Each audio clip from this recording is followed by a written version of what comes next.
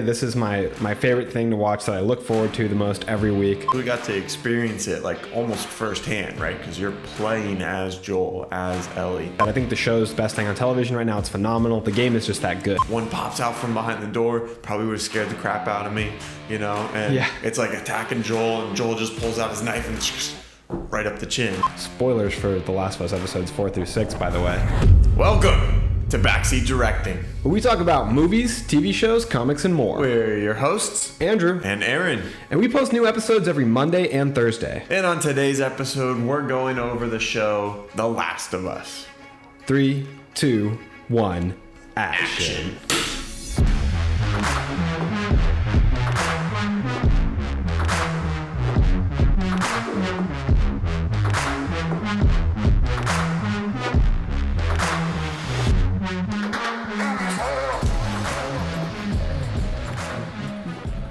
All right, Andrew, The Last of Us, we're on episode 6. We just saw episode 6. The last time we went over The Last of Us, we did episodes 1 through 3, so it only made sense to do 4 through 6, kind of going in 3 episode increments.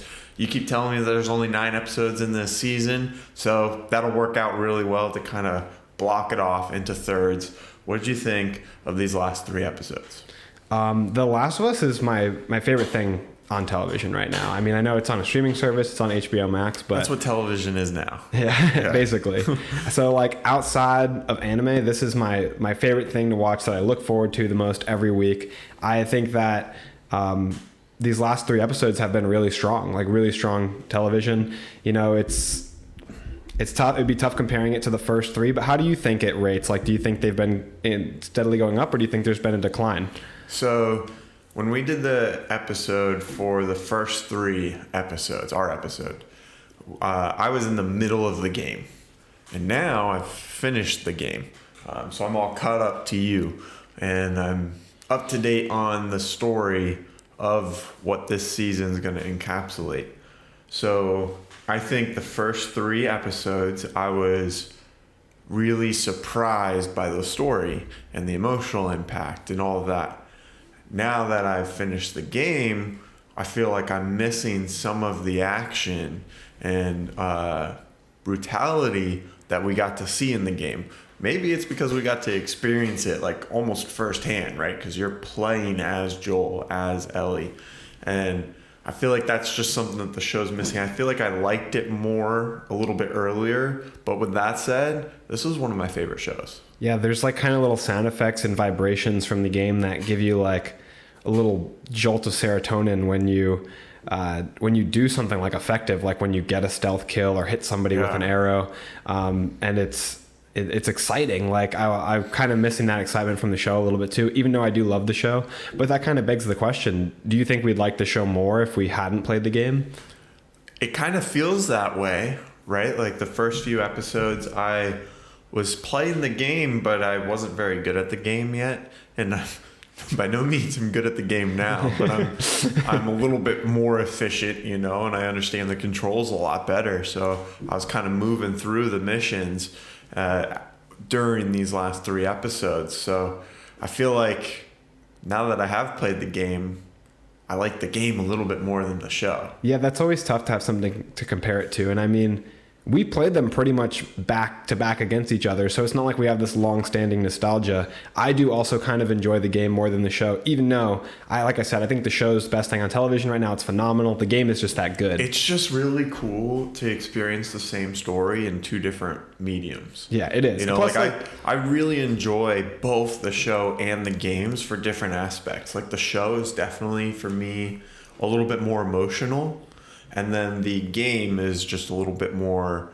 I find it more immersive. That's the word I was looking for. Yeah. Immersive. Like, I feel like I'm in the world more. Yeah, like you said, like, there's just this feeling of being in the game and that you can't really replace, of like controlling the character. I'm in my Joel flannel today. When we film these episodes, I bring my flannel out because... like when you play the game, you feel like you are Joel, and it's a cool feeling because Joel's a badass. It's like when I played Ghost of Tsushima. I had long hair and I'd wear a headband on whenever I'd play the game. You know, like you embody the character that you're playing when you're playing a video game. But it takes a good game and good writing to kind of ooze that like character out of the game and onto you to where you feel enveloped by them, and you feel not just that you're controlling them, but you identify with them. And I think the game does that so well. But I want to look, because the original question we asked, has the show declined in quality since the first 3 episodes? Now, I'm going to look at the ratings here. I have it pulled up on IMDb. So the first episode has a 9.1. Episode 2 has... Excuse me. The first episode has a 9.2. The second episode has a 9.1. The third episode is criminally underrated at an 8.0. One of the best episodes of television I've ever seen. I think it's because of the divisive nature of the episode, right? Yeah, exactly. It's because it's about 2 gay guys. Heavily features a gay couple, and I think that it was kind of review bomb for that reason, because that should be the highest or second highest rated episode of the show, in my opinion. Yeah, that one... I was crying like a little baby. Yeah, it's emotional. It's one of the best filmed episodes. But I digress. We're talking about episodes 4 through 6. So episode 4 has an 8.4. Episode 5 has a 9.5, probably due to the high amount of action and finally getting to see some runners and some clickers get in there.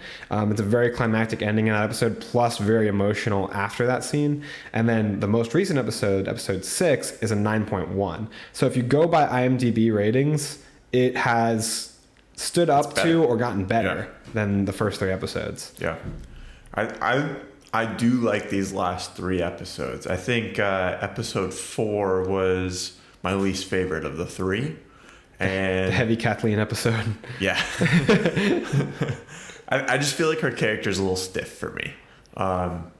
And I don't fully relate to her motives, or at least understand her motives. You know, it seems like she's too blinded by trying to find Henry, and everyone else around her is just like, okay. Yeah, I mean, I understand that everyone cared about her brother. Obviously, she cared about her brother more than anyone else. Yeah. But it just kind of seems like in this world where it's so difficult to just survive, that you could give up a little sooner on this revenge. Like, they're taking a whole army and risking all these lives, and so many of them die ultimately. Spoilers for The Last of Us episodes 4 through 6, by the way. And possibly further, too, since we've played the game. You didn't catch that? Yeah, we totally said that. I feel like it's obvious, right? Yeah, no, it is. Come on. Would you watch a podcast episode about the show or movie that you haven't seen? Like, who does that? I mean, I have done it about movies I don't intend to watch. Okay. Yeah. But not something that I'm like, oh no, you spoiled that. I would have known. I walked right into that face first. Right. So what I want to go over here is episode by episode. So we're starting with episode 4, right? Mm-hmm. So episode 4 is called Please Hold to My Hand. I had to look into that because Please Hold to My Hand just doesn't roll off the tongue quite as nice as Please Hold My Hand. Right. Why is the 2 in there? Yeah, I confirmed it. I looked at HBO Max to make sure that is what the episode's called. It's 45 minutes long, which I was always disappointed when... Because the episodes kind of vary in length, right? Like that one I think is the shortest one, right? Yeah, I always hope that they're going to be an hour or more when I see them posted at 9 p.m. on Sunday nights. But, you know... Of these episodes, that one's the shortest. The other 2 are basically an hour, so you know, not too much of a loss. But when you have to wait a week for the next episode to come out, you want like more minutes of that episode. You don't want 45. But episode 4 is basically the episode where Joel and Ellie come into town and they're confronted by that setup, by that plot that is pretty much exactly like the game, where the hunters are waiting to take people out. Joel recognizes it immediately, and he says the reason why is because he's been on both sides of it, hinting here for one of the earliest times at Joel's past of, you know, killing innocent people, and kind of what he viewed as doing what he had to do. But so they get attacked by them. They crash into this laundromat, and Joel's taking these guys out left and right until one of the hunters gets a jump on him. Mm-hmm. And that hunter comes up and attacks him and has him pinned to the ground. Not gonna lie, happened to me probably 13 times in the game. I turned it off, came back a different day to finish that level. Woosah, come back. But Joel is completely, you know, defenseless in this situation. At the point that Ellie has to intervene and save his life, she comes up using the gun that she secretly took. She took from I want to say Ron, but that's Nick Offerman's name in Parks and Rec. She took from the house in episode 3. Bill. Yeah. Bill and Frank. Yeah, exactly. Bill's correct. But she took the gun from his house, right? I believe so, yeah. So she shoots this guy, and he's paralyzed. He's not killed, which is different from the game, right? Yeah. In the game, Ellie shoots the guy right in the head, and says one of my favorite. But that was later too, right? There's also Let's get into the difference here. So in the show, Ellie shoots the guy. He's paralyzed. Joel has to then finish him, which is a very gut wrenching emotional in the show. Dude's begging for his mom. In the game, different story. Yeah, it was. But in the game, different story, but also kind of emotional for different reasons. Joel and Ellie go on this whole long journey through a hotel, right? Mm-hmm. And you're fighting tons, which is a big theme we'll talk about more in this episode. So much of the action, death, violence has been kind of cut out in favor of story, which can be good and bad at different moments. Yes. But in this instance, I missed that action, that long sequence of you taking out. I mean, I'm not saying like in the game you got to take out 50, 60 guys in the hotel, but Joel really only takes out 2, and then Ellie does most of the work for him on the last guy. But ultimately in the game, you fight tons of these guys, and then you get separated from Ellie because of an elevator falls. And when you catch back up, right, yeah. you're getting taken out by this guy. He's drowning you. When you got separated, didn't you feel like a sense of urgency? Yeah, I gotta get back to Ellie now. Oh man, I gotta get back. And then what could be happening to her? Yeah. In the game, I was rushing too much, when in reality it probably didn't matter how long you took. I think there's a workbench at that part in the game, and I was stopped at it and was repairing my guns. I was like, why is this here now? I need to get back to Ellie. She's in danger. But my child. But I also need to hit this workbench. They're so rare, I can't skip it. Yeah. So you get to the point where this guy is drowning you and you can't reach the gun. Ellie steps in and grabs it and shoots that guy in the head. She then says one of my favorite lines in the game, which is, I shot the fuck out of that guy. And I was laughing out loud, but also it's just the way that Ellie talks in the game, which I love. The voice acting performance by Ellie in the game is one of my favorite voice acting performances of all time. Joel's great, but the Ellie performance is so phenomenal. Movies, games, TV shows, that's one of my favorite of all time. Top 10. Right? I mean, what do you think? Where does that fall for you? Out of all mediums? Yeah, all mediums. I'd put it up there. My goodness. I don't know if I could put her in the top 10, but at the same time, I don't know my top 10 off the top of my head of best overall performances. Put you on the spot. But it's very good. But how did you feel about that difference, the way they cut down the action from that long sequence to that epic moment of Ellie actually killing him? They cut it down, made it more human, made it more realistic. Joel's fighting 2 guys, and then he gets stuck in a situation where he's an older guy. He's too deaf, like he'll say in later episodes, to hear someone get the jump on him. And then Ellie shoots him, doesn't quite kill him, First shot doesn't always kill somebody. And then still kind of protecting Ellie's innocence in the show a little bit, Joel now finishes the guy off. How'd you feel about all those artistic choices that they made in that direction? I believe at that point, I wasn't caught up in the game. That kind of changes the way you view it. Maybe. I'm trying to remember. I know definitely for the next episode, I watched the show before the game for Sam and Henry. So their storyline. I was definitely ahead on the show. For this part, I can't quite remember, but I liked it how it was in the show. I wish that the sequence was a little bit longer and that we would have still gotten the bridge sequence, where they're on the bridge and they're running from these guys and they jump off. Or Ellie jumps off. She's like, we have no choice. Knowing she can't swim and knowing Joel will have to follow her, she really forces his hand, which is an awesome Ellie moment. And it just really shows in her character traits, of look, this is just what we got to do, and you're going to save me.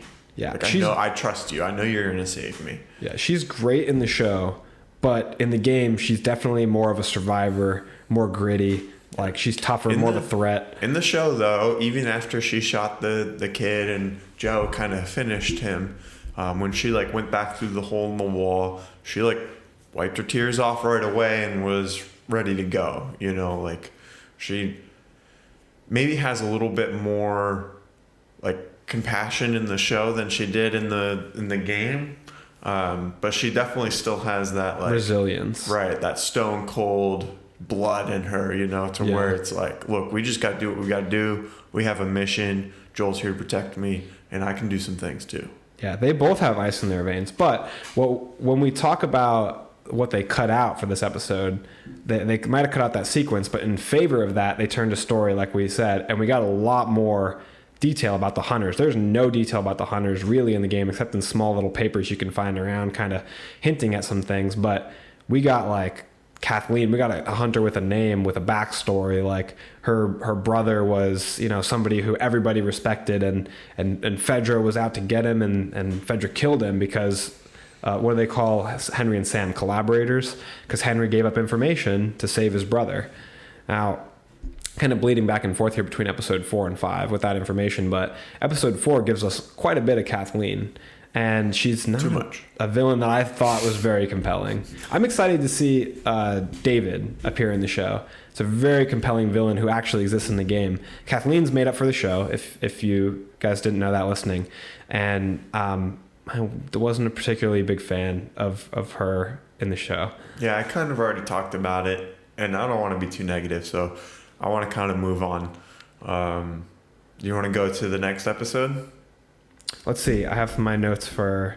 So at the very end of this episode, we get Joel spreading the glass on the floor. Yep. And this is going to connect us right to episode 5. Joel spreads the glass on the floor, and they go to sleep only to be woken up by Henry and Sam, right? Did you notice, too, that he went to sleep with his good ear up? And then when he woke up, his good ear was down. Like I did not notice that. In his sleep. So that's why he couldn't hear. Good detail. Sam and Henry sneaking up. And even when I think Ellie was like, Joel, she had to really wake him up. It's ironic, isn't it, how much they focus on his hearing as a weakness in the game in the show. When in the game, it's literally a superpower where you can hold R1 and you can see where everybody in the map is with your hearing. That's an interesting comparison. I didn't even think of it like that. Literally the exact opposite. His hearing is phenomenal. Yeah, you have like a spider sense in the game. Yeah, you can see through walls. It's like detective vision in the Batman games. Right. But in the show, it's definitely biggest a Sony weakness. game. I feel like it wouldn't be a Sony game without that kind of vision like that. Like Ghost of Tsushima has it. Spider-Man has something similar. Yeah, spider sense. Yep. So they get the drop on him, which is a little bit different, right, than in the game. In the game, you're kind of hiding from this big armored tank going along rooftops. You come through a window. They left the tank out. Well, it's kind of featured. Yeah, kind of. It's not, that sequence isn't featured where you're running and hiding from it through the city streets, but you do see it, like the big Fedra truck dragging a body across the ground, and then they also go up against it in the big sequence in that long street. It's got to be hard for the filmmakers to decide exactly which pieces they do want to put into the show, because the game is hours and hours long, 14 gameplay hours, right? It's a lot longer than this show is. So I listened to a talk or an interview with David Mazin, who is the showrunner, one of the showrunners, along with Neil Druckmann for The Last of Us. Mm-hmm. He's also showrunner for Chernobyl, so he has experience on these zombie shows. And what he was saying was the tough part, and he seems like a really big fan of the source material. Neil Druckmann, the other showrunner, is the creative director for the game, so obviously he's a fan. Right. But David Mazin seems to be in-depth, have knowledge, and be a fan of the source material. He said it was tough choosing what to put in as Easter eggs because everything that they wanted to fit in, they wanted to make sense. They didn't want it to be forced, and they wanted everything they showed to be something that could be appreciated by casual fans that haven't played the game that will enjoy the show, but also that the fans of the game could point out and go, the Leonardo DiCaprio meme. Right. and be excited about, which we are every time we see stuff like that.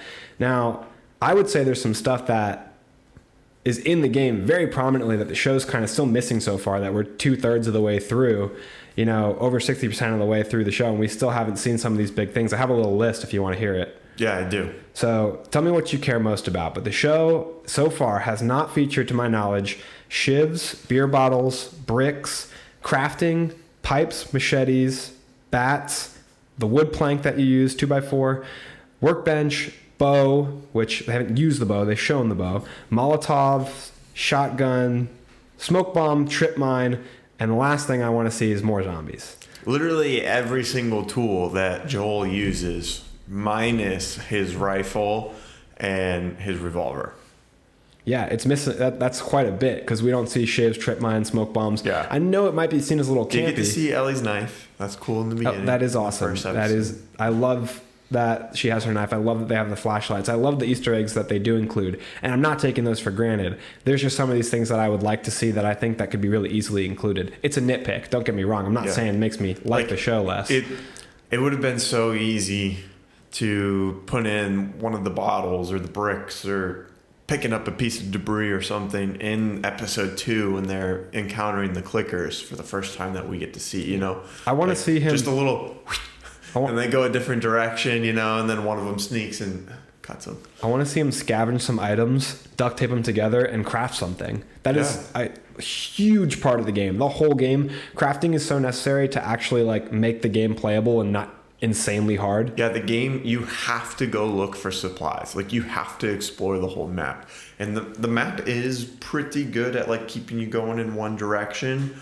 but at the same time, within that direction, there's a bunch of different rooms and hallways and stuff that you can go down to find all the supplies. And I'm kind of the person who plays a video game where it's like, I want to kind of get done. I want to get to the action. I want to move on. But in this game, like, you can't do that. Like, I would have missed so many weapons and just simply wouldn't have been able to get through. Like, the enemies that you would face would just simply be too strong. The game really encourages you to craft and to upgrade your items. So that's something I'd like to see. Even if it is more game focused, I'd like to see them toss that into the show a little bit. Yeah, I want to see his backpack full of stuff just sticking out, you know? You're going to see him like in the game, like reach into the infinite backpack and pull out a shotgun that would not fit in there. Or just like have it like over his sleeve, you know? Or like strapped onto the bag, you know, or something. I want to see him use the bow so bad, but I also want to see him craft. My favorite thing in the game is the shiv, and I want to see a shiv in the show. That's what is really missing for me. But we're going into episode 5.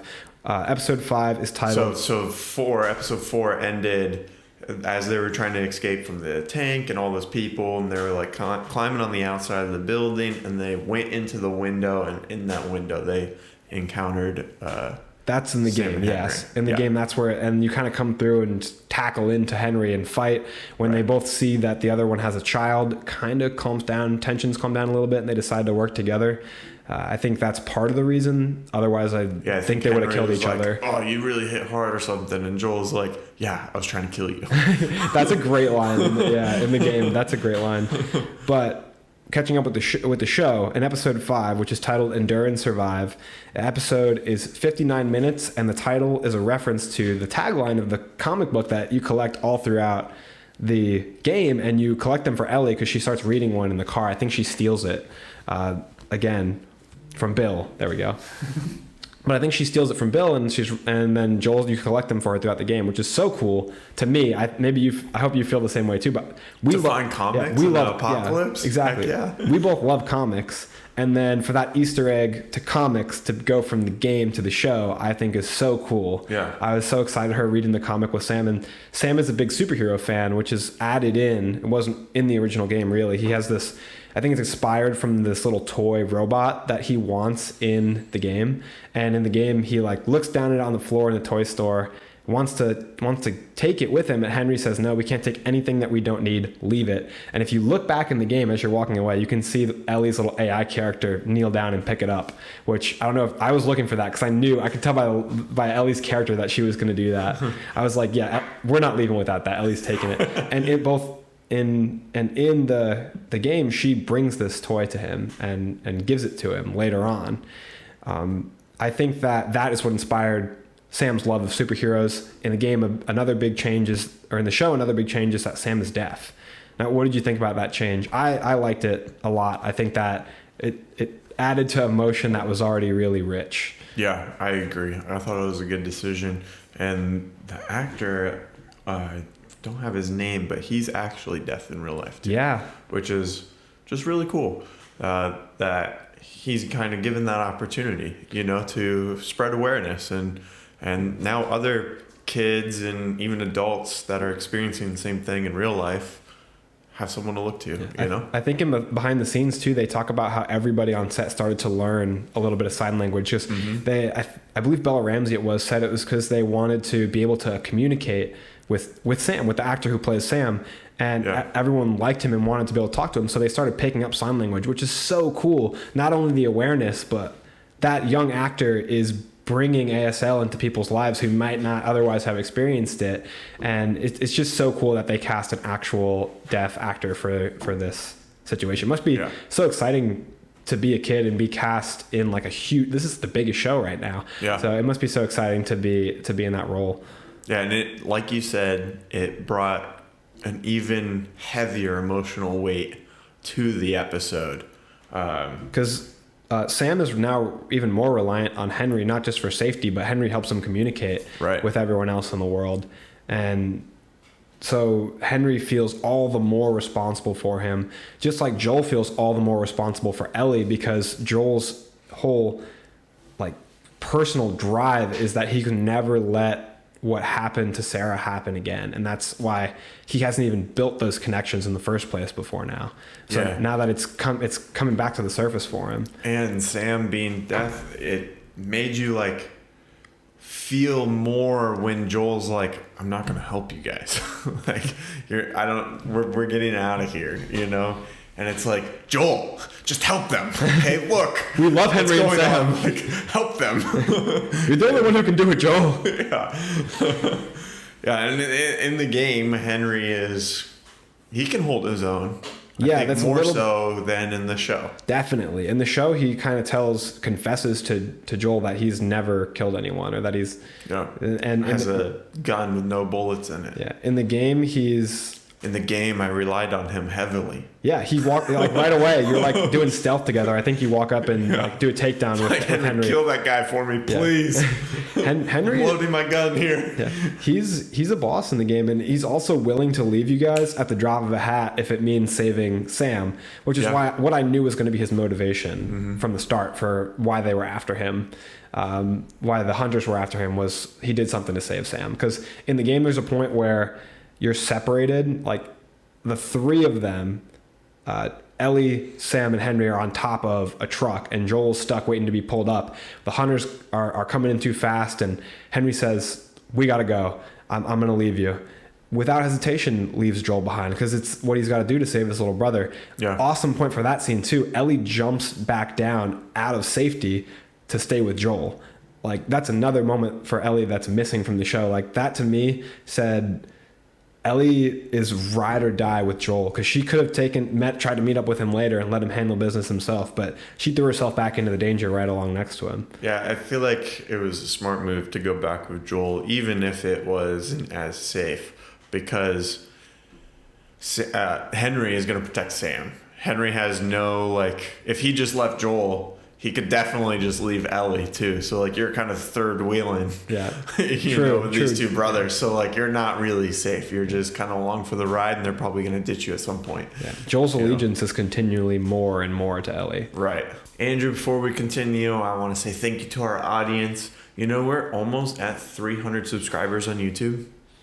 Wow, that is awesome. So if you're listening to this and you're not subscribed, you could help us push over that edge. And not only is that helping us, but right now we're doing a giveaway. So we just released an episode last week. It's our Avatar Studios episode, and in that episode we're doing a giveaway, and it's super easy to win. So go check that episode out. It's called Big News from Avatar Studios. Yeah. So go check that one out. And again, we appreciate everyone who listens to our episodes. Let's get back into The Last of Us. Yeah, make sure to get in on that giveaway. So we're getting back into episode 5. Like we said, Sam and Henry are brilliantly portrayed by the actors in this episode. I was so glad to see them. I was so excited to meet these characters. I was excited to meet Bill. I was excited to meet Sam and Henry. And now I'm excited to see what they do with David, who we won't see for maybe an episode or two. We won't spoil anything. But Sam and Henry, very effectively portrayed. There's a little bit differences that we already discussed, but I'm perfectly happy with those changes. It made them more reliant on Joel. The fact that they weren't as capable on their own, which increases... But Henry knew the terrain And that's kind of where they teamed up, right? Like Henry knew how to get out of this city, and Joel could get them out. Yeah, luckily he knew that there was this underground, service tunnel or what have you that was completely devoid of zombies and clickers. Yeah, which they say that they avoid those, that everyone else in the city avoids those tunnels because they think that it's full of these clickers. But really, they cleared them all out a few years ago.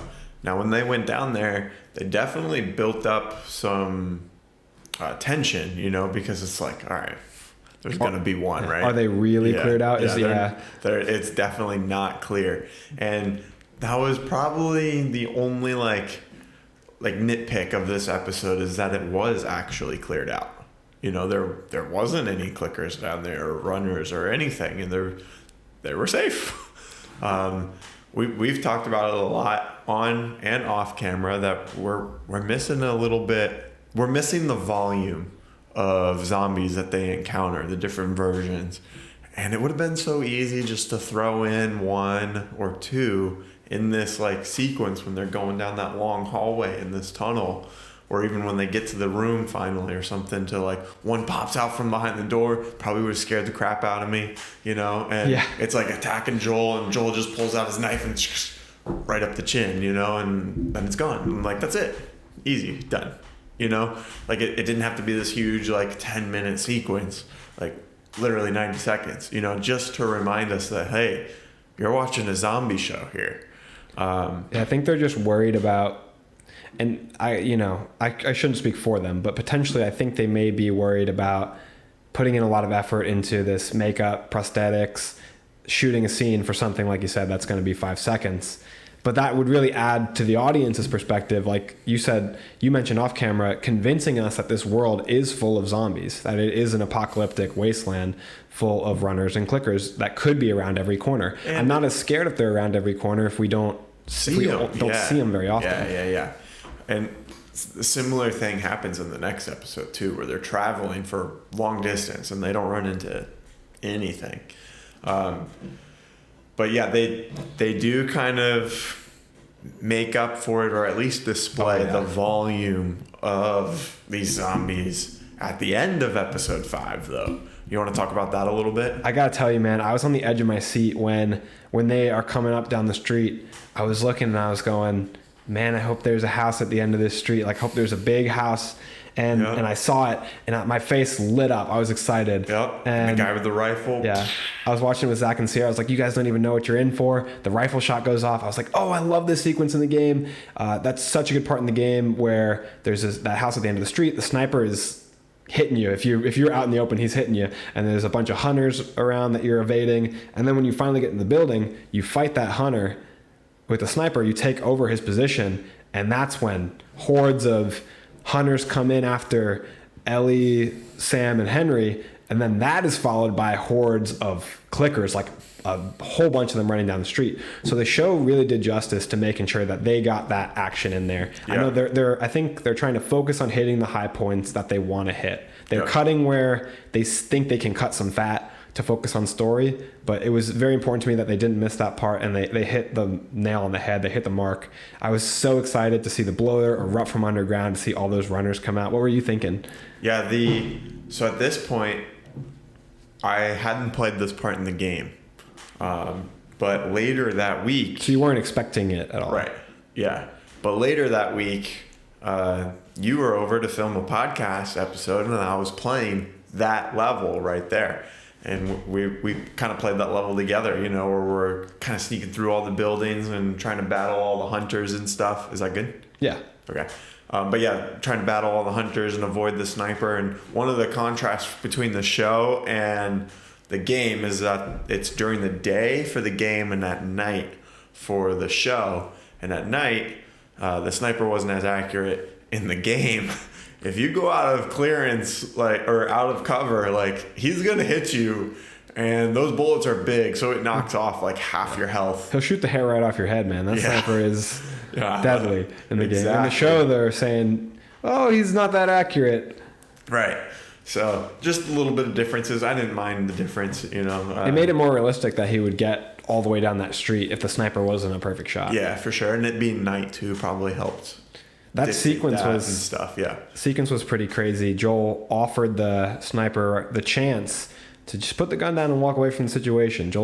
He doesn't want to kill people, and that guy tried to shoot his shot, and Joel had to put him down, which it tells us more about this TV show, HBO Max version of Joel.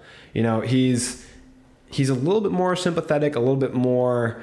He's a little bit gentler. I think maybe the Joel from the game would have just shot that guy without hesitation, not taking any risk. But there's a little bit more, lightheartedness to this Joel. In the game, especially, they shoot first and don't ask questions at all.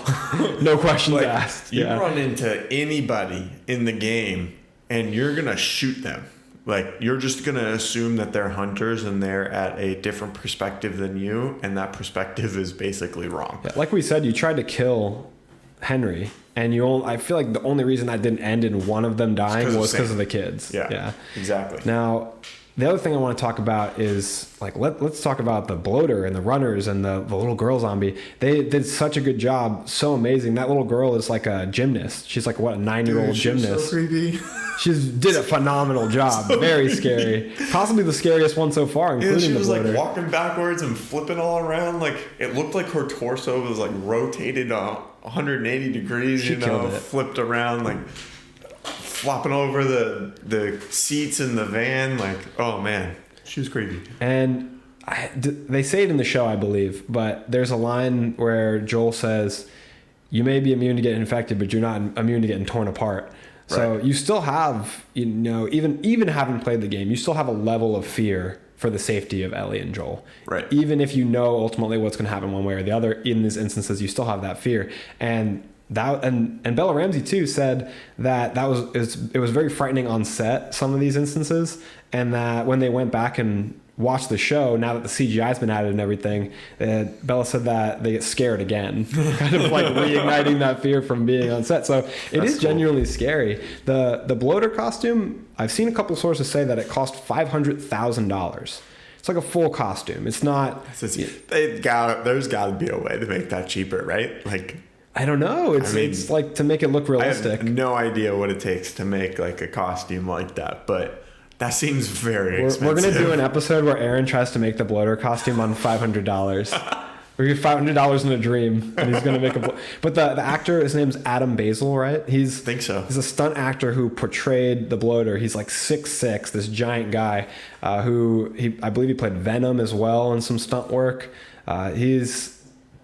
It looks so cool watching behind the scene footage of him. Didn't it take like an hour or something to get him into the suit? Not even, And they kept like dousing him with like oil and stuff to give it like a reflective look. Right, that way at night, like with the flames and everything going on and the different lights from the guy's guns and stuff, like you could see his outline really clearly, and the light would reflect off of all the different texture that they added to him, which is an interesting part, right? Because if they didn't do that, you probably wouldn't have been able to see it as clearly. It's just like a small little detail that, like, if you're not into filmmaking, like, you don't even think of something like that, you know? Yeah, you just feel it, or you don't really perceive it on a conscious level. Right. But the bloater's performance was really incredible. Watching the stunt work is so amazing. Behind the scenes, you can find videos online where that scene was intense. He's hitting these people, and the cords just yank him back to show the force of this brute's punches. And then when he gets a hold of somebody, like the lieutenant of the hunters, who is actually a voice actor from the game who voices Tommy, when he gets a hold of him, he does the killer move from the game that the bloater does if it gets a hold of you, and it grabs his open mouth and rips his head off, which I was so excited to see, because in the game, it pissed me off because I got killed by the bloater like 10 times. It's like he's ripping my head off again. But so exciting to see enacted in the show, like that homage to the game. You encounter a bloater in the game was so frustrating. It's way back when you're with Bill, which is like very different. It's a couple episodes difference. Yeah, it was tough. But the bloater was really phenomenally done. And then they have like this really cool boot camp that they did. You can hear about it in the behind the scenes at the end of the episode. They did a boot camp where they train these people to walk talk, act, and run like zombies, like the runners, like the clickers. They have a set amount in this underground area where they run out of actors, and then they kind of filled in some of it with CGI, but they had a whole bunch of stunt actors that they used for the bloater, for the runners, for the clickers. And I saw Neil Druckmann talk about there's a very specific set of motion to the clickers specifically that have a big effect in the game as to why they're so loved. Like the clickers are probably the most fan favorite of these different styles of zombies. He called it a staccato appearance, which is like a musical term for like sharp jutting motions. And I thought that was a really cool way to describe it. Perfectly apt way to describe the clickers. They do that so well. I'm sure from this boot camp training that they do. But that whole sequence is amazing. They had the same voice actors come back too to make the clicker sounds. Oh, that's so cool. I love that. Cool? I love all the love that you feel for the game in the show. Yeah. But do you want to go on to episode 6? Yeah, let's do it. Before we do though, do you think all the action in the end of episode 5 like kind of made up for maybe the lack thereof, or some of the scenes that they had to pull out from the game? I wish it was interspersed throughout. But I do think that in watching that episode in the moment, I felt that it did. I felt like this is, I agree. Like it was gratifying where it felt like I had been waiting for this moment. You know what this show reminds me a lot of? The Boys. Oh yeah, because the Boys chooses to use their budget. Right. The Boys use a lot of things practically, and they really focus on story, and they kind of rely on our experience in other worlds with the powers that they're displaying, and kind of the same thing here, like using our imagination from other zombie shows and movies to kind of fill in the gaps of what maybe we're not seeing. And then they have that one episode where they all come together, like Homelander fights, and it makes you jump out of your seat when they do it, when they actually do it. It makes it more impactful in a way, as much as I wish that we'd get like a little bit more here and there, but it definitely makes it impactful when it does happen. Yeah, the creators definitely talk about trying to be practical with that stuff, about fitting in the Easter eggs, about using the budget as best they can. I'm glad it's more so like The Boys and something that's a little bit more grounded, and they have all these actors coming out playing the zombies and stuff. They build a set and they have a lot of the props on set, opposed to like maybe something like a CW show, the Arrowverse and Flash and all that, where it's CGI, but it's TV CGI. So the reality kind of check nature of the show versus the game kind of leads us into episode 6, which is a big thing I want to talk about with you. To run over episode 6, you get this new awesome frozen tundra environment. They're in Wyoming. I believe it's Wyoming. Sure. And it's beautiful, amazing practical snow. You can tell it's actual real snow. They do this beautiful overhead shot looking over the bridge into the water that's so beautiful and blue. Shot in Canada. Yeah. Really? Yeah, I didn't know that. The overhead shot, though, is my favorite style of shot. So I shouted when I saw that. I was like, God, that looks so beautiful. And the environment's so stunning, but we run into this elderly couple who leads Joel and Ellie out in the direction to go west. I really like them. They were hilarious. They are funny. They were hilarious. The guys, why didn't you shoot them? Yeah, I love how the gun's over there. Yeah, I love how the lady was just so chill, and she kind of seemed like she was forced to be out there by her husband. Like she didn't really want to, but like it's like whatever. She didn't seem threatened by them at all. Yeah, and Joel's like, he said that line where he's like, you need to show me where I'm going on this map, and it better be the same place as what she said. Reference to the game. Yep, reference to the game. But then the guy was like, did you tell him the truth? She was like, yep.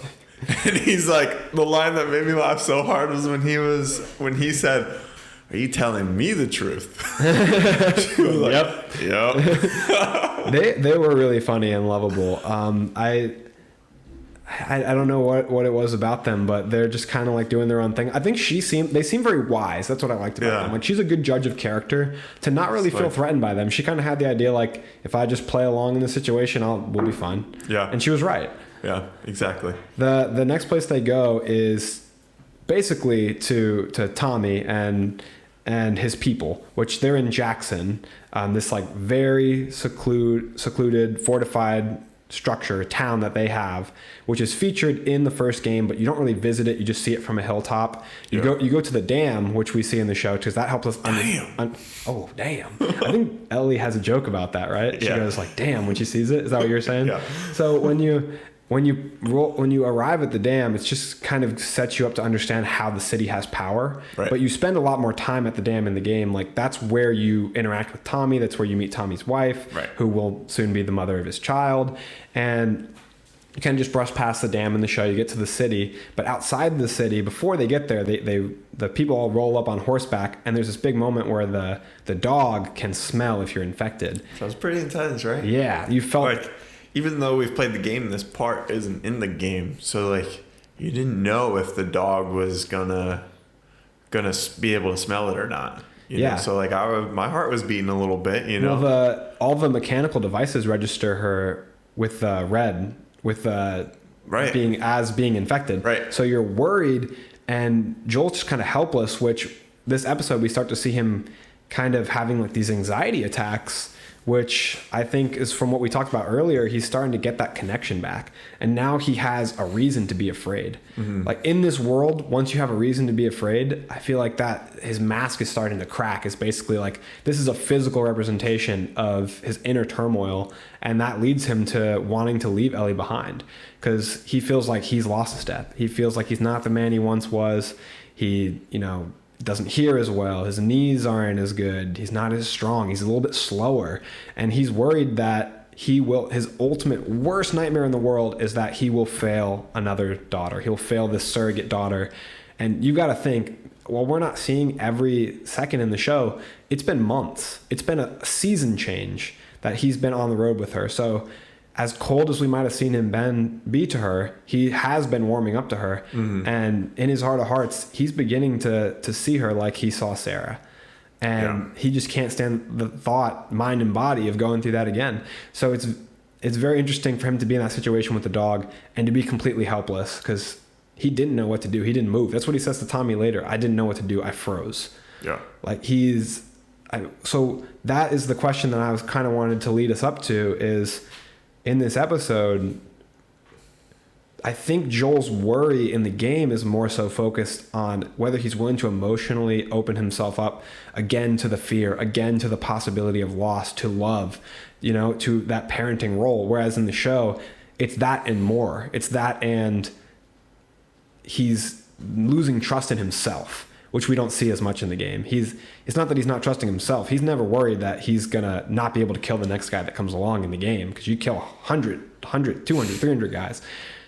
What do you think about that change? Do you think that it's a little more realistic? I think he's supposed to be 56 now, isn't he? Mm-hmm. Because he was 36, I believe, before the time skip. So if he's 56, it's going to be a little bit more difficult to fight, these random opponents, 20s and 30s.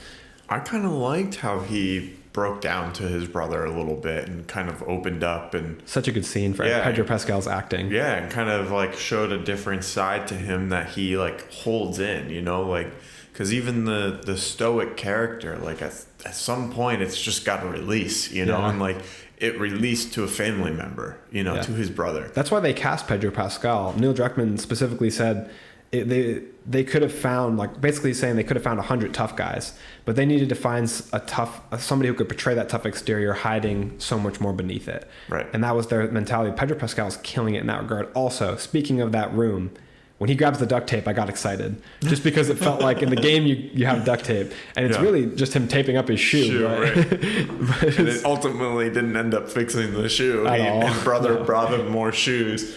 But this episode is the first instance where Ellie gets a little backstory on Joel. As much as he might be opening up to her in terms of allowing himself to care for her, mm-hmm. she didn't know that Sarah, his daughter, was dead. She doesn't know the story until she sees the memorial. And Tommy's wife explains it to her. So it's a big step for both their characters, ultimately culminating in this iconic scene from the game. How did you think that they portrayed the diary scene when they speak to each other in the show? Yeah, it was very close to the game, right? Like very almost word for word, but they did change it a bit. Yeah, and those are probably the scenes that are the hardest to make, because us as fans who've played the game know this source material really well, especially for us. We literally just played the game. Yeah. You know, so to be able to see it on screen, it's like it's you can almost be looking through it with a finer tooth comb, you know, of like if they mess it up, we're going to be able to know. Yeah, it's the same thing that we talked about on the show before. When you watch, like the first time we watched The Batman, we enjoyed it. The second time we watched it, we still enjoyed it, but now we have the time that we already know the story, we already know the lines, we can look at it more in depth. But Right. we're experiencing that with this scene the first time we watch it because it's based on the game. Yeah. And I think they did a great job of staying true to how the game did it, but then also kind of allowing the two actors to really bring their own flair to it, you know? And it was really emotional, and we got to see kind of a heartless side of Joel. And even our friend Zach, he texts us and is like, man, he's a dick. You know, like Joel, man, he's such a bad guy, you know? And like Zach hasn't played the game, so it was interesting to see like his reaction to that part where that kind of happens a little bit more throughout the game. Yeah. But even still, like that part in the game is kind of how I felt that when Zach was watching this part in the show for the first time. I was more angry at him. It was like, Joel, like you can't be saying that. Like that's like, how dare you say she doesn't know what loss is? Yeah. You know, like why do you think she's with you right now, you asshole? Like, Yeah. Where's her mom? Where's her dad? She has no family. Like she's experienced loss just as much as you, and she's 14 years old. She's only ever lived in this nightmare. Yeah. And I was really angry at him in the game for the line of, you're right, you're not her. Like we need to go our separate ways. Because because we know as an audience member what that means to him. I mean, that to him, that is the person that he loved most in the world, and he's trying to tell in not exactly those words. He's trying to tell Ellie that she means nothing to him when that's not true. Yeah, it's kind of like, look, like Ellie, you'll be safer if you go with Tommy, right? Like you'll be safer. And then she brings up Sarah, and then it's like Old Yeller, and then like, go on, get it. Yeah, and then he's like, I can't do this. You know, like you're not Sarah. You know, like I can't lose another Sarah. But he's really saying the opposite. Right. He's saying to me, you are Sarah. That's why you have to leave. Yeah. And I don't know how I feel about his lack of ability to protect her being tied in with that. I want him to be able to protect her just because I want to see those badass scenes, but also at the same time, it does add a lot of emotional stakes to now you're worried along with Joel if he's the best person for the job. Because he wants to send Tommy. He really wants to send Tommy, and Tommy's willing to go. That leads us to the scene in the barn, which I feel like I keep ragging on the show, even though I love it. But I love the game that much as well. But the scene in the barn, I just think wasn't as effective as in the game. So in the show, we get this barn scene where Ellie's about to leave with Tommy, and Joel's already in there setting up saddlebags, and he says, all right, the choice is up to you. Are you going to come with me? Ellie immediately, without hesitation, throws in the bag. I'm obviously going with you, Joel. In the game, they're both on horseback, and they finally arrive at the town, Jackson. They're coming from the dam. After Ellie's run away, they have to hunt her down and bring and get her back because she's kind of throwing a tantrum. And they rightfully so. Yeah, because Joel's going to leave her behind, her only ally. But they come up on horseback. Ellie is on Tommy's horse, and Joel just kind of sighs, looking at the sunset, and goes, "All right, Ellie, come on, get over here." And I was like, you get so excited as an audience member, as a player. Joel's changed his mind, and he's saying, all right, come with me. And he's really not making much to do about it, but he's making the choice to accept her now basically as family, without actually saying that. They went through that hardship yet again for him to go find her, and then encounter all the bad people that they did. And then it's like, okay, come with me. Like, let's go finish this. And I think it's really Ellie's final line in the game and the show that changes his mind there, where she says, everybody that I have cared about has died or abandoned me. Everybody except for you. And he has to realize in that moment that there's more than one way that he can fail her. Mm-hmm. He can fail as a protector. But he's already chosen to fail. You know, Michael Scott, Wayne Gretzky, you miss 100% of the shots you don't take. He's already failing her by giving up and setting her off with somebody else, especially too the line she says, I wouldn't be safer with somebody else. I would just be more scared. You're trying to convince yourself, Joel, that I'll be safer with somebody else, but I feel safe with you. I know you. I care about you.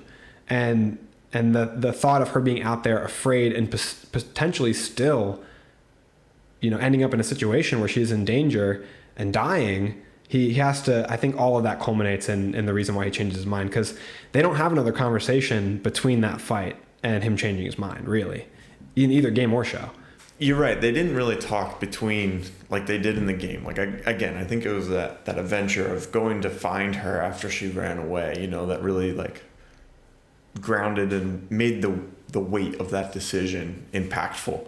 But then at the end of this episode, a big moment in the game happened as well. So they Tell them, Aaron, what happened? They did travel to, it's Colorado, right? University of Eastern Colorado, yeah. Yep. And the university is supposed to be the base of the Fireflies. This is supposed to be their end of their journey, right? And nobody was there. It was empty. Just some signs left over that somebody had been there, which the show shows us Joel like reading a piece of paper, like another homage to the game, you know, just the small things. Yep. In the game, did you read a lot of those little notes that you picked up? Every one I picked up. Oh my gosh.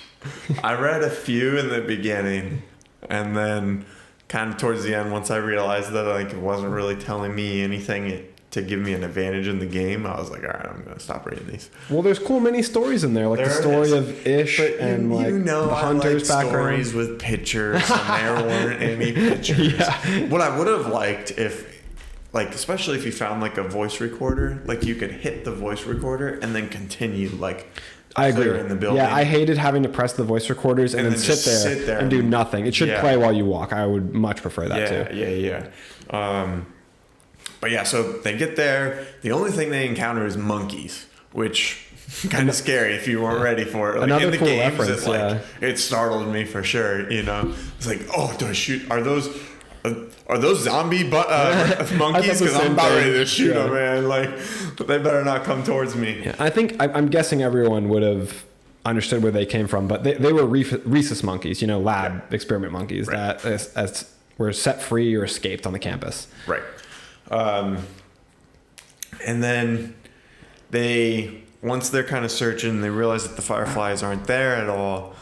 These hunters show up. And again, there's no like talking first. Like, hey, are you guys good guys? You know, it's always shoot first, ask questions never. You know, so it's a tagline for The Last of Us. You just wrote their tagline for real for part 3. Yeah, exactly. And it makes you think, like, is that how it would be if something like this would actually happen? You know, because like not all of those people are bad guys, right? Like a lot of the people that Joel probably has killed are probably just like him, you know, just people trying to survive, you know? So like, but then again, like, who do you trust? It's like the same thing that you could ask of the people of Jackson. Like, they are kind of becoming villains in the name of protecting their little safe haven.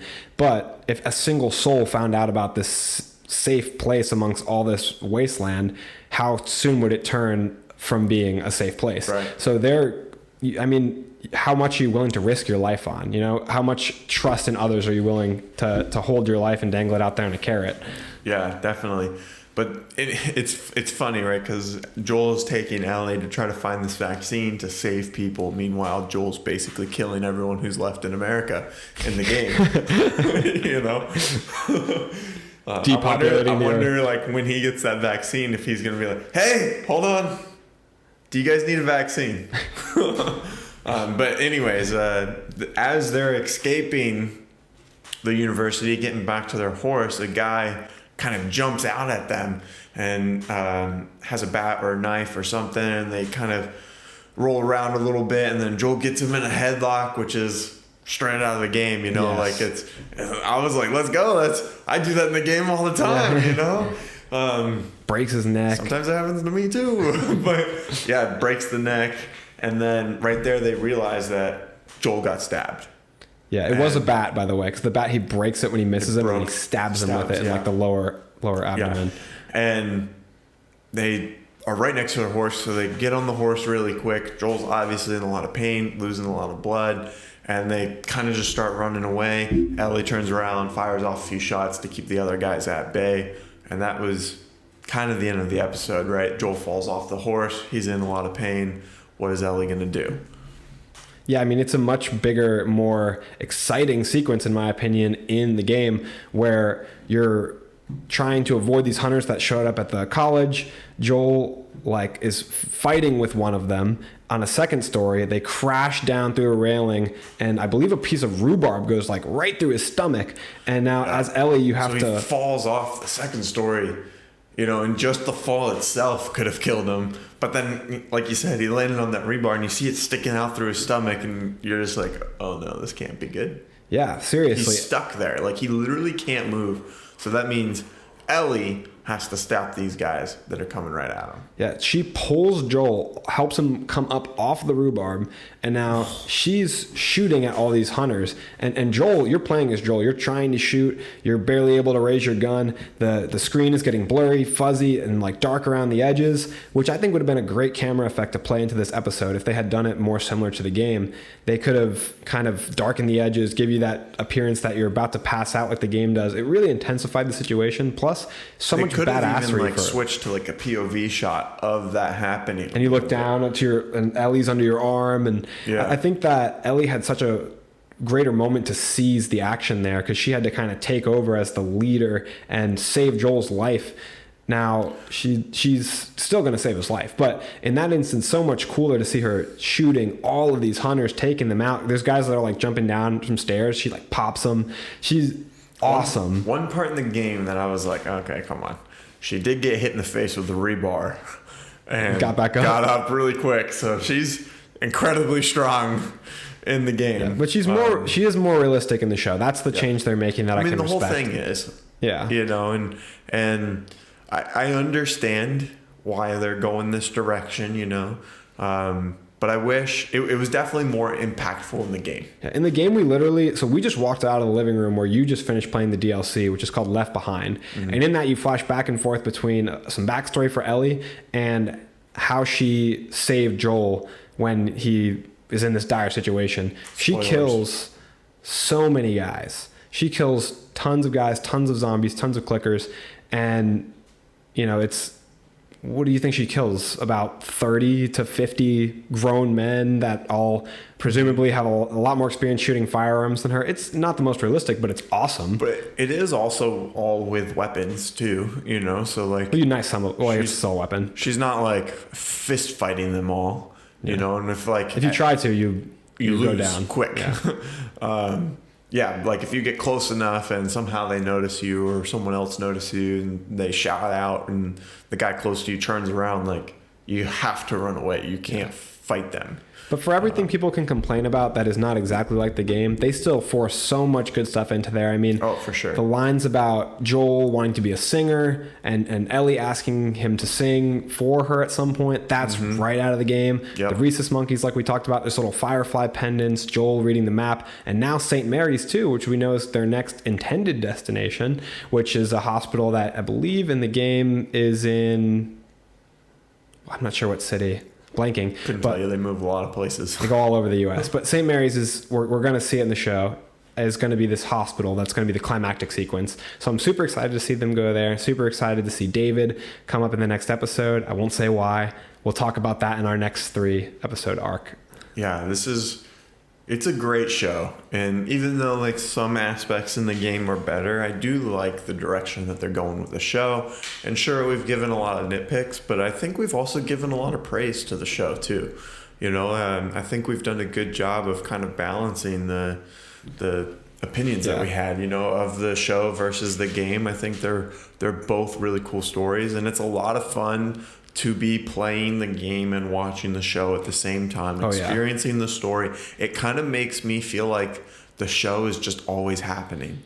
Yeah. I don't necessarily have to wait till next week to watch it because I'm playing it too. Yeah. But now I'm done with the game, so now I you don't know lost what I'm that. gonna do. It's such a heartbreaking thing to end a game. And now, like you said, when you've just finished it, now what am I going to play? Yeah. It's that feeling is, you know, and like, emptiness. I don't play video games that much. And like maybe stuff like that, like playing a game with a show or with the movie would make me want to more. Like it was a lot of fun doing this, seeing like, oh, like I want to beat the story to this point, you know, like I want to make sure I'm ahead of the show so I can see how it takes from the source material and stuff. Like it was a lot of fun. It's good motivation. And we are, to be clear, we're both probably going to play Last of Us 2 at some point. I know I definitely am. Yes. I'm super excited to play it. But also to your point, we did give some critiques, but if we sat down and did an episode critiquing the game, I would say some things that I think the show did better too. Right. So it's not, they both and I have, think we've that's mentioned that too. Yeah. That's the only points of our critiques. Isn't that it's not necessarily bad, but maybe we like something in the game more versus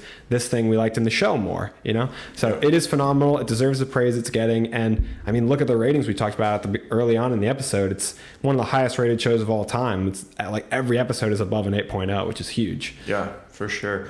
What do you think of the pacing of the show? Do you think it's going over the story at a good pace? Do you think it's rushing? Do you think it's taking too long?